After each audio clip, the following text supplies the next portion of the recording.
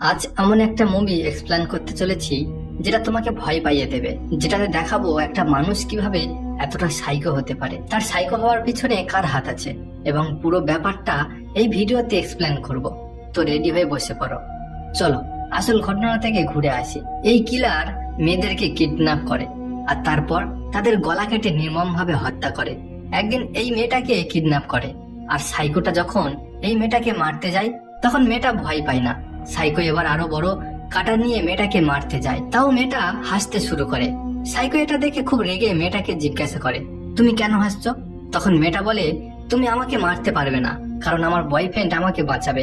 আবার সিন পিছনে ফ্লাশ করে, মেয়েটাকে আমরা দেখতে পাই একটা স্টেশনে বসে আছে।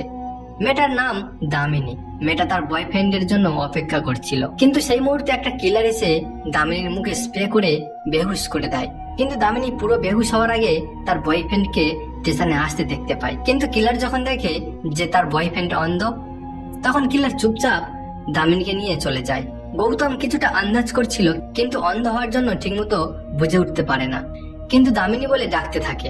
দামিনী সাড়া না পেয়ে এদিক ওদিক খুঁজতে থাকে। দামিনীকে তো পায় না, কিন্তু দামিনীর একটা রিং পায়, আর এটা বুঝতে পারে যে তার দামিনী কোনো বড় বিপদে আছে।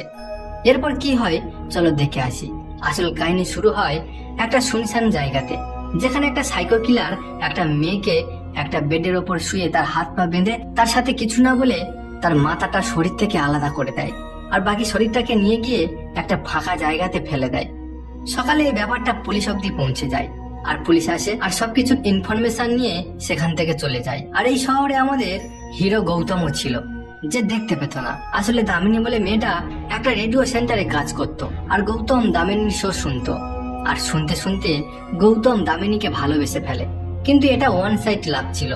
গৌতম ভালোভাবে সবকিছু খোঁজ খবর রাখতো, যে দামিনী কখন কোথায় যাচ্ছে, কি করছে, আর আগে কি করতে পারে। সেজন্য গৌতম তার বন্ধু রাজনায়িকামের দ্বারা দামিনীকে ফলো করত, আর ফলো করতে করতে একটা বিয়ে বাড়িতে পৌঁছে যায়। গৌতম গান গেয়ে দামিনীকে ইমপ্রেস করতে থাকে, এবং কিছুক্ষণ পর গৌতম দামিনীকে প্রপোজও করে দেয়।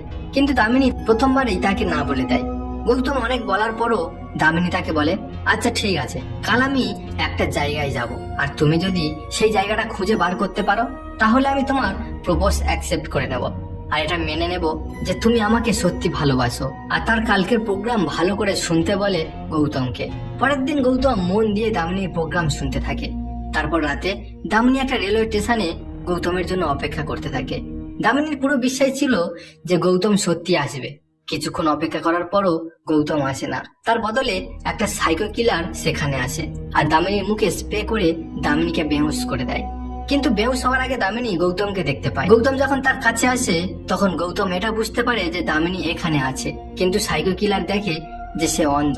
এটার সুযোগ নিয়ে দামিনীকে কাঁধে নিয়ে সেখান থেকে চলে যায় সাইকো কিলার। ঘটনাটা শুনতে যতটা ভালো লাগছে তার থেকেও বেশি তোমাকে কিছু শিখিয়ে যাবে। তারপর গৌতম ভাবে তো কিছু গন্ডগোল আছে, সঙ্গে সঙ্গে পুলিশকে ফোন করে ডাকে, যা আন্দাজ করতে পেরেছে সেই সাইকো কিলার দামিনীকে কিডন্যাপ করে নিয়ে গেছে। আর এদিকে সেই সাইকো কিলার দামিনীকে একটা জায়গায় বেঁধে ফেলে আর মারার জন্য একদম রেডি। তখন তার নজর দামিনীর দিকে যায়, যেখানে দামিনী একটু ভয় পাচ্ছে না, উল্টে দামিনী হাসতে থাকে। কিলার দামিনীকে বলে, তুমি হাসছো কেন, আর তুমি ভয় পাচ্ছ না কেন? তখন দামিনী বলে, আজ থেকে ঠিক 7 দিন পর আমার জন্মদিন, আর এই 7 দিনের মধ্যে আমি যদি গৌতমের কাছে না পৌঁছাতে পারি তো গৌতম ঠিক আমাকে খুঁজে বার করবে, সে যে করেই হোক।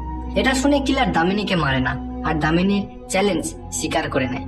কিছুক্ষণ পর কিলার বাইরে যায়, বাইরে গিয়ে আরেকটা মেয়ের সাথে প্রেমের নাটক করে তাকেও কিডন্যাপ করে আনে, আর দামিনীর জায়গায় তার হাত পা বেঁধে তার মাথাটা শরীর থেকে আলাদা করে দেয়। এত কিছু করার পরও কিলার দামিনীকে বলে যে গৌতম তোমাকে খুঁজতে খুঁজতে এইখানে আসবে, তখন আমি গৌতমের মাথা কেটে তোমার হাতে আর তোমার মাথা কেটে গৌতমের হাতে রেখে দেব।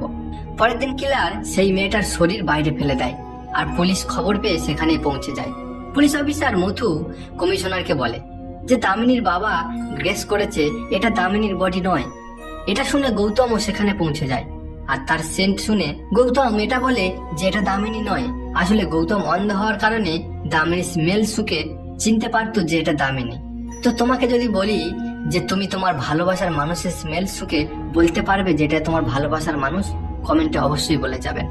যাই হোক, তারপর গৌতম সুশীলা নামে সাইকোটিস্টের কাছে যায় আর বলে দামিনী এখনো বেঁচে আছে, সুশীলা বলে, এমনটা তো হওয়ার কথা নয়, কেননা সেই সাইকো কিলার যাদেরকে কিডন্যাপ করে নিয়ে গেছে তাদের সবাইকে মেরে ফেলেছে। সাইকোটিস্ট গৌতমকে বলে, 1.5 বছর ধরে পুলিশ তাকে ধরার চেষ্টা করছে, কিন্তু এখনো তাকে ধরতে পারছে না, কিন্তু এবার তুমি তাকে ধরতে পারো। তারপর গৌতম পুলিশ কমিশনার কাছে যায়, যার সাহায্যে সে সেই কিলার পর্যন্ত পৌঁছাতে পারে। আর সেখানে থাকা আকবর নামে এক কনস্টেবল কমলা নামে এক পুলিশ অফিসারের কথা বলে, যে কিনা এর আগেও এই কেসে কাজ করেছে। কমিশনার ঠিকানা দেয়। গৌতম দ্রুত কমলার বাড়ি চলে যায় আর তাকে দামিনীর ব্যাপারে সবকিছু খুলে বলে, কিন্তু কমলা মানা করে দেয় এবং উল্টো পাল্টা কথা বলতে থাকে। আসলে কমলা একটা অ্যাক্সিডেন্টের কারণে পঙ্গু হয়ে গেছে, সেই থেকে কমলা চেয়ারেই চলাফেরা করে। এটা দেখে গৌতম রেগে যায়, তাকে এক থাপ্পড় মেরে সেখান থেকে চলে আসে। আর এদিকে পুলিশও তার আশেপাশে জিজ্ঞাসাবাদ করে। আর মেয়েটা বলে, কাল রাতে রানী আমাকে ফোন করেছিল আর বলে সে কাস্টমারের সাথে আছে, সেই কাস্টমার তাকে গাড়ি করে কোথাও নিয়ে যাচ্ছিল। কিছু জানকারি পেয়ে পুলিশ এটা বুঝতে পারে যে কিলার একজন আমির, তার বয়স মিনিমাম 28 কি 30 এর মধ্যে হবে, আর তার 2-1টা গাড়িও আছে। আর রাতে কমলা গৌতমের ঘরে আসে। এবার কমলা ভেবে নিয়েছে যে সে গৌতমকে সাহায্য করবে, আর এখন থেকে একটাও মেয়েকে এইভাবে মরতে দেবে না। কমলা বলে, আগে আমাদের এই ব্যাপারে পুরো জানা দরকার, যেগুলো সিআইডির কাছে আছে, সেখান থেকে আমাদের সবকিছু জানতে হবে। 1.5 বছর হয়ে গেছে আমি এই কেসের ওপর একবার কাজ করেছিলাম, সেই জন্য কমলা জানতো যে এই সব ফাইল কোথায় রাখা আছে। আর কমলার সাহায্যে গৌতম সিআইডি অফিসে পৌঁছে যায়। যখন গৌতম আলমারি খুলতে যাবে তখন একজন গৌতমকে পিছন থেকে ধরে ফেলে। তখন মথু চাবি নেওয়ার জন্য অফিসে আসে আর মথু কিছু আন্দাজ করে, কিন্তু সেইখানে কেউ ছিল না। মথু চলে যাওয়ার পর আমরা দেখতে পাই অফিসের দ্বিতীয় ব্যক্তি আকবর, যে কিনা গৌতমকে পিছন থেকে ধরে ফেলেছিল। সমস্ত জেরক্স কপি করে গৌতমকে দিয়ে দেয়। আর গৌতম যখন এগুলো নিয়ে কমলার কাছে যায় আর সে সেগুলো দেখতে থাকে আর বলে, এই পর্যন্ত 14 জন মেয়েকে কিডন্যাপ করা হয়েছে, তার মধ্যে 4 জন তো প্রস্টিটিউট আর বাকি মেয়েগুলো সাধারণ। এইভাবে যারা কিডন্যাপ হয়েছে তারা রোড থেকে কিডন্যাপ হয়েছে। পরের দিন গৌতম আর কমলা সবাইয়ের বাড়ি গিয়ে জিজ্ঞাসাবাদ করে। তাদের বাবা মা বলে যে ঘরে ফেরার সময় রাস্তা থেকে গায়েব হয়ে গেছে। এটা শুনে গৌতম সেই জায়গাগুলো ঘুরে ঘুরে দেখে যেখানে তাদেরকে প্রথমবার দেখা গিয়েছিল। গৌতম নোটিস করে প্রত্যেকটা ঘটনাতে একটা জিনিস কমন আছে, যেটা হলো একটা ডাস্টবিন। এটা দেখে গৌতম আর কমলা বুঝতে পারে যখন মেয়েগুলো বাড়ি ফেরে তখন এই ডাস্টবিনের কাছে নিশ্চয়ই কিছু দেখে, আর সেই জন্য তারা গাড়ি থেকে নামে। পাশে খেলছিল কিছু বাচ্চারা, তারা বলে, আমরা দেখেছি রূপা নামে একটা মেয়ের হাতে একটা ছোট্ট কুত্তাকে। এই কথা থেকে গৌতম আর কমলা পরিষ্কার ভাবে বুঝতে পারে যে কিলার প্রথম বাজার থেকে একটা ছোট্ট কুত্তা কেনে আর সেটাকে ওই ডাস্টবিনের কাছে ছেড়ে দেয়। আর যখন মেয়েটা সেই কুত্তাটাকে দেখে গাড়ি থেকে নামে, আর তখন কিলার বলে, ওই কুত্তাটা আমার, প্লিজ ওকে নিয়ে আমাকে দিয়ে যাও। আর যখন মেয়েটা তার কাছে যায় আর কোনোভাবেই তাকে বেহুশ করে কিডন্যাপ করে নেয়। পরের দিন কিডন্যাপার ঠিক এই প্ল্যানে আরেকটা মেয়েকে কিডন্যাপ করতে আসে, কিন্তু এবার সে সফল হয় না, কারণ কাল রাতে কমলার গৌতম টুইট করে সবাইকে জানিয়ে দিয়েছিল যে যেখানে কুত্তা দেখা যাবে সেখান থেকে দূরে থাকবে। সেই জন্য এই মেয়েটা এই কিলারের পাতা জাল থেকে বেঁচে যায়। কিন্তু কথা হলো কিলার এটা বুঝতে পারে আর হ্যাকারের কাছে গিয়ে পোস্টটাকে ডিলিট করতে বলে। আর তার কাজ শেষ হয়ে যাওয়ার পর কিলারও সেই হ্যাকারটাকে মেরে ফেলে। তারপর কিলার সেই মেয়েটাকেও কিডন্যাপ করে নেয়, যে কিনা সকালে বেঁচে গিয়েছিল। কিলার তাকে সেইখানে এনে তাকেও মেরে ফেলে। তারপর কিলার তার বডি গৌতমের ঘরের সামনে রেখে দিয়ে যায় আর তার গলায় একটা SMS লিখে দেয়, আর লেখা ছিল অ্যাডভান্স হ্যাপি বার্থডে। কিন্তু গৌতম দেখে তার শরীর থেকে একটা আলাদা স্মেল আসছে। সেই জন্য গৌতম রাজনায়ককে বলে একটা সাদা আর একটা কালো শূকরকে আনতে। রাজনায়ক ঠিক সেই মতো করে আর তার সামনে দুটো শূকরকে এনে রেখে দেয়। গৌতম কমলাকে বলে এই মেয়েটার গায়ে থেকে সাদা শূকরের গন্ধ আসছিল। এরপর তারা সব পিগ ফার্মে গিয়ে খোঁজ খবর নিতে থাকে, কিন্তু কোনো ফার্মে এইরকম ইয়াং মালিককে দেখতে পায় না যে কিনা কিলারের সাথে ম্যাচ করে। আর এটা মথুও জানতে পারে যে কমলার গৌতম পিগ ফার্মে গিয়ে জিজ্ঞাসাবাদ করছে, কেননা মথু গৌতমের পিছনে একজনকে নজরদারি করার জন্য রেখেছিল। মথু সেই পিগ ফার্মে যায় যেটার মালিক ছিল সেই কিলার, যাকে এতদিন পুলিশ খুঁজছিল। পুলিশকে দেখে কিলার ঘাবড়ে যায় আর তাকে ইনজেকশন দিয়ে বেহুশ করে দেয়। আর তারপর আমরা সেই পুলিশকে এইখানে দেখতে পাই যেখানে কিলার সবাইকে মারত। যখন কিলার এইখানে ছিল না তখন দামিনী পুলিশটাকে হুঁশ ফিরিয়ে তাকে এখান থেকে পালিয়ে যেতে বলে, কিন্তু মথু বলে আমি পারবো না। কিছুক্ষণ পর ওই সাইকো কিলার এসে মথুকে মেরে ফেলে। আর এদিকে গৌতম সব জায়গায় খোঁজ নিয়েও কিছুই খুঁজে পাচ্ছিল না, কিন্তু কমলার পুরো বিশ্বাস ছিল এই পিগ ফার্মের মধ্যে একজন অবশ্যই হবে। কোনো হদিস খুঁজে পাচ্ছিল না দেখে গৌতম অনেক দুঃখী হয়ে বলে, আজ রাতে আমি ঘরে একলা থাকবো।